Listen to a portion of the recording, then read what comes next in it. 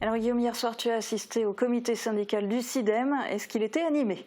Non, pas particulièrement. Il s'est déroulé de manière très calme, sans qu'aucune voix discordante ne se fasse entendre. Alors que faut-il retenir de cette réunion? Alors qu'il a été une nouvelle fois question de gros sous, les élus ont notamment fait le point sur la refacturation des refus de tri 2023, la prestation de transport et de traitement de ces déchets désignés au départ comme recyclables, mais qui finalement ne le sont pas en raison d'erreurs d'aiguillage confiées à la société Citraval, et c'est dans les Vosges, à Chavelot, qu'elle traite, conditionne et caractérise ces déchets. Alors quelle somme représentent ces refus de tri? Alors, place aux chiffres, donc le montant des refus de tri coûtait 150 € la tonne en 2023 contre 145 € en 2022, soit une augmentation de 3,45%. Donc un tarif à la tonne. Alors du coup la question c'est combien de déchets ont été refusés? Quand même pas mal, hein. Il faut savoir que dans le coût de la prestation de tri confiée à Citraval était déjà pris en compte le traitement des refus de tri à hauteur de 20% des tonnages livrés. Par conséquent, Citraval a refacturé au SIDEM, entre parenthèses uniquement, les tonnages de refus supérieurs aux 20%, ce qui en 2023 représente quand même un volume de 3 771 tonnes de déchets recyclables qui finalement n'en étaient pas et qui ont été refusés avec une dépense supplémentaire au bout. Et alors à combien s'élève cette dépense supplémentaire? Alors à 565 794,17 €, une coquette somme donc, mais inférieure à ce que le SIDEM et les intercommunalités membres payaient par le passé, comme l'a indiqué hier le président du syndicat. L'année précédente, on était à 824 000 au lieu des 500 que je viens d'évoquer avant, des 565 000.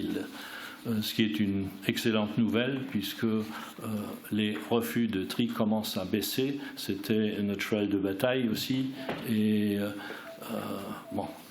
nous sommes sur la bonne piste dans ce domaine-là également. C'est vrai que ça méritait d'être souligné. Merci. Et Guillaume, au final, qui paye ces près de 566 000 € de dépenses supplémentaires? Alors le SIDEM prend en charge 89 000 € car le tri multiflux génère des erreurs de tri optique qui se traduisent par la présence de sacs verts et bleus dans le gisement de sacs orange envoyé à Citraval. Le reste, 476 000 €, est réglé par les intercommunalités membres du syndicat. La répartition de ces dépenses entre les adhérents est calculée sur la base des tonnages livrés par flux, des résultats de caractérisation par flux et du bilan du tri transmis par Chavelot. Je ne vais pas donner le montant payé par chacune des 10 intercos, je vais me contenter de donner la somme qui revient à la Casque et à la CCPB. Pour la communauté d'agglomération Sarreguemines-Confluence, le coût du traitement des refus de tri supplémentaires s'élève en 2023 à 57 011 € et pour la communauté de communes du Pays de Bitche à 54 420 €, à peu près la même chose. Alors, mis à part ce bilan de refacturation des refus de tri, est-ce qu'il y a un autre point à signaler dans ce qui a été évoqué hier soir? Oui, un dernier chiffre à donner. Souvenez-vous, la TVA, elle avait été prélevée à tort aux intercos et après une longue bataille comptable, cette somme a été reversée aux collectivités concernées. Le gain pour ces dernières s'élève à 6 742 851 €. Pour obtenir ce résultat, le SIDEM était accompagné par la société Altra Consulting. Cette dernière a émis sa facture d'honoraires et ces derniers s'élèvent à 1 097 040 €.